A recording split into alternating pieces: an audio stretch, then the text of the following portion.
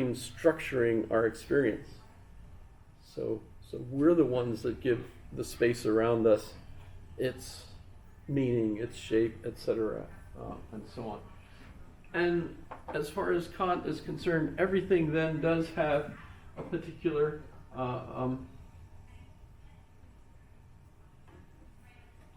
this is going to give me I'd like to expand it a little bit, but maybe here. So that's going to, okay. So notice they're saying Aristotelian realism, but they're going to categorize it as Kantian conceptualism. And I guess you saw there were other philosophers' names under that, so you can see that it's going to get worse in the future. We're talking about Kant, we're talking about 1780s, right? So that's not current. I'm just building the story to show you how we get to this point where we have people wondering about, are those your own facts? You know, are they fake facts? You know, how do we have knowledge? So we have categories of, here they go. So notice that there's 3 and 4, so he ends up with 12 compared to, plus he's got time and space, which are actually bigger than the categories in a way, right? So all of these things come from the human mind and the way the human mind frames its experience. So what gives us the synthetic a priori are the categories of human understanding, which we can understand. Of course, the problem with Kant is he doesn't explain where this comes from. But thanks to Kant, you have a whole bunch of folks now all trying to figure out, okay, where does all this come from? And they start studying things like Gestalt psychology.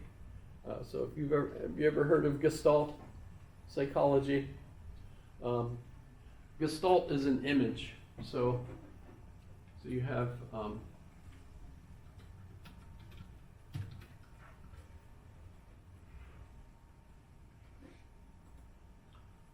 basically you get the idea that the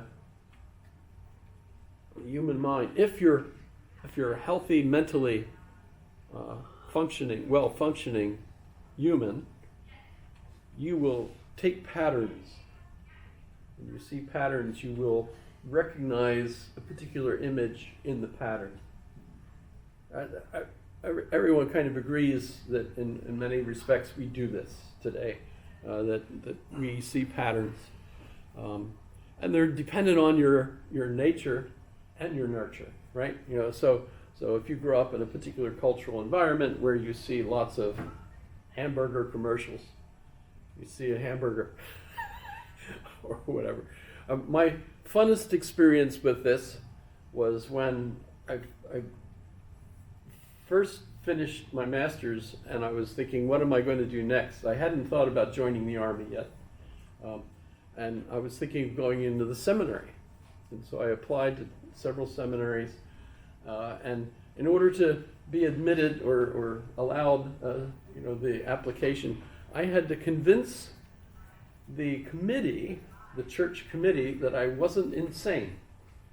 And so what they had me do is go to Philadelphia Hahnemann Hospital and sit down with a Gestalt psychologist who showed me a series of ink blots, right? And have you heard of this? Yes? Rorschach test? The Rorschach test, yes, which is 50, I think, 50?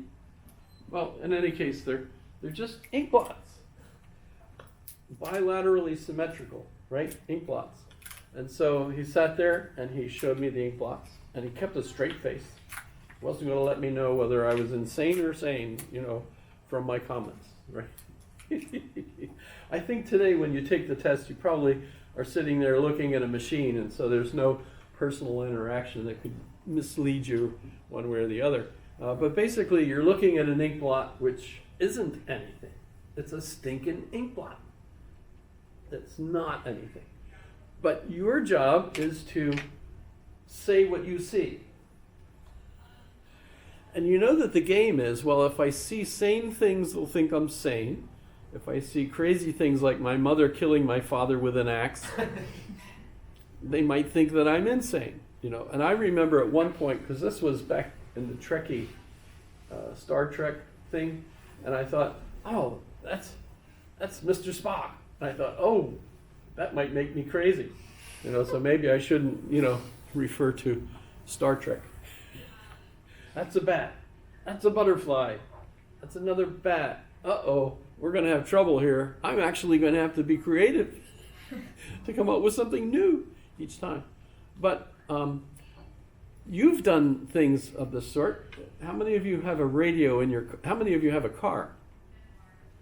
Okay. And you have a radio? Or we have a music device. You might not have a radio anymore. I don't know what you listen to. But as you're driving along and you're listening to your music, do you ever notice that the people that are pedestrians walking along the street are walking in beat with your music? Try it sometime. Notice, there goes somebody walking along. You know how they do, that was politically incorrect, wasn't it? I'm sorry. But notice, they do that in beat with your music. And for the real test, change the song to a different beat, and you'll notice they changed the way they walked to the beat of that song. But pay attention to your driving. Don't run into the street pole or, while you're doing this amazing experiment. Well, what's going on is, of course, you're perceiving your environment and you're imposing patterns. So the beat that you hear is actually, it seems almost impossible. If you remember Gomer Pyle, he was always out of step, and you think, how can anybody do that? That's amazing. You actually really have to try to be on the wrong foot all the time. That's just amazing. Gestalt psychology. So is there something physically structured in our brains and our perception apparatus that actually give us these categories? And to some extent, it certainly seems like there is. That certainly seems to be, the strongest connection. And it seems to be universal. And I'll give you a hint. One of the things that causes problems for this thinking right away is Kant's limited cultural experience. He famously never left Königsberg his whole life, maybe 3 miles, right? And the town was, very culturally entrenched in pietism, and German thinking. And so he grew up thinking that way and thinking that all sane human beings think this way. And by the way, other philosophers who are aware of more things going on in the world, like John Locke actually, and others, were aware that, hey, there's different cultures out there and they're not familiar with Aristotle.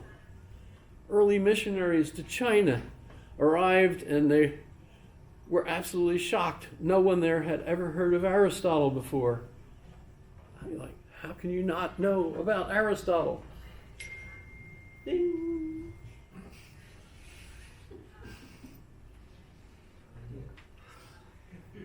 What was I talking about? Aristotle. No, I was talking about Kant. I thought for a minute it was time for dinner. No.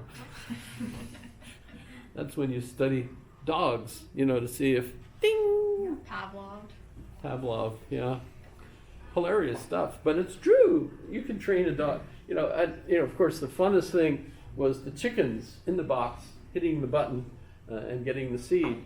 And the one chicken says to the other, I've got this guy trained. Every time I hit that button, he feeds. It's a B.F. Skinner joke. So, first attempt is is to think about, well, maybe there's something physical about the nature of the human being. But you also get other possibilities. You got Monsieur Freud. Freud comes along. He studies with some really interesting people. He's also a psychiatrist in Vienna. One of the people there's a movie called when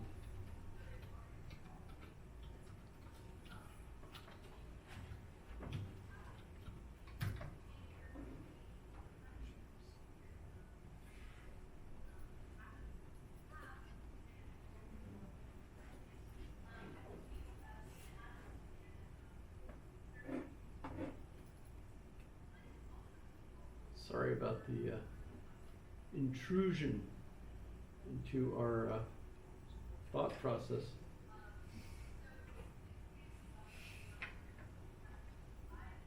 This is the commercial. It's going to get to the point where I'm not going to be able to do this again. Let's see. It's not showing me where I'm at.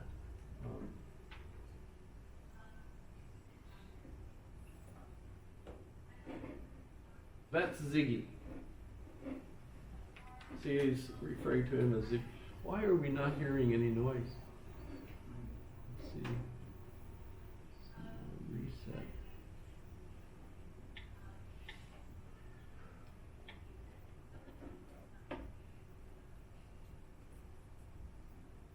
Huh. You could try tuning it on and off again. This is Ziggy. So basically you just, this is a movie about Nietzsche and this psychiatrist, and Ziggy is part of it. Might not be plugged in, who knows. But in any case, so Freud's a psychiatrist, student of him. I think it's Buller, Professor Buller. But in any case, Vienna at the time, his main patients, Freud, Ziggy Freud, are upper class Jewish women. It's just true, right? And they all seem to have a dominant problem that he tried to cure them with. Remember, this is his interpretation of their problem. Apparently he was quite successful, however, but he viewed things as a result of stages in human development, right? And so if you're familiar with Freud's various stages and how that kind of historically affected us, I mean, I had friends, he's dead now, at least the one, was reading one of Freud's books, and he said, boy, we all believed in that stuff, at the time. So that was a big impact on a lot of people, believing that there are certain stages, and if those stages are frustrated, you don't get satisfied by the love of your mother and things of that sort, your relationship with your father and all that stuff, that you end up repressing these natural urges, and every once in a while this repressed urge pops out. You have Freudian slips and things of that sort, but it also impacts your unconscious, and the unconscious was really the thing that scared everybody, because I have an unconscious. I'm not aware of everything that I'm thinking. There's stuff under my conscious awareness that's making me do these things, and that was one other answer to what structures our perception of things, is that there's unconscious things going on. And one of Ziggy's followers was this guy, Carl Jung. who also, besides being a student of a student of Freud, even though he was not younger, he was older. He always used to joke, he's just a little younger, but I was wrong. Actually, it turns out he was older. But in any case, his interpretation is cultural, that there's a cultural symbolism that we're just, from thousands of years ago, we're embedded in these symbols that culture, kept passing on. There's varieties of things that changed and so on.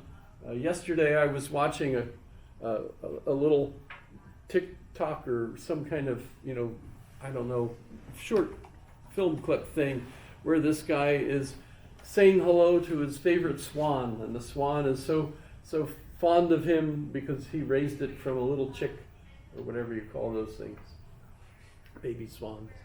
And, so the swan was exuberant and just hopping all over him. And as soon as I saw that, I thought, well, this is wrong, because all the artists have painted the swan as the male. And that's just funny. But so there's these cultural things that are embedded in us that he thinks helps our, imagining what things are like. And it's really quite impressive. By the way, Carl Jung was the one who led to Joseph Campbell. Joseph Campbell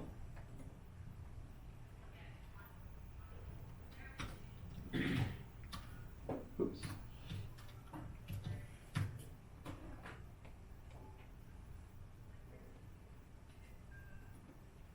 Is this interesting? Joseph Campbell, how many have heard of him? But I think early on in the class I mentioned Joseph Campbell when I mentioned the monomyth, or the hero's journey. Those are his ideas, that when you analyze all of the stories that we like, all of them, not just Americans, every stories from every culture, you put them all together, and that there's a pattern that those stories follow. Gives us this. The Hero with 1,000 Faces is kind of like a phone book of all of those stories, with the outlining the extent to which they follow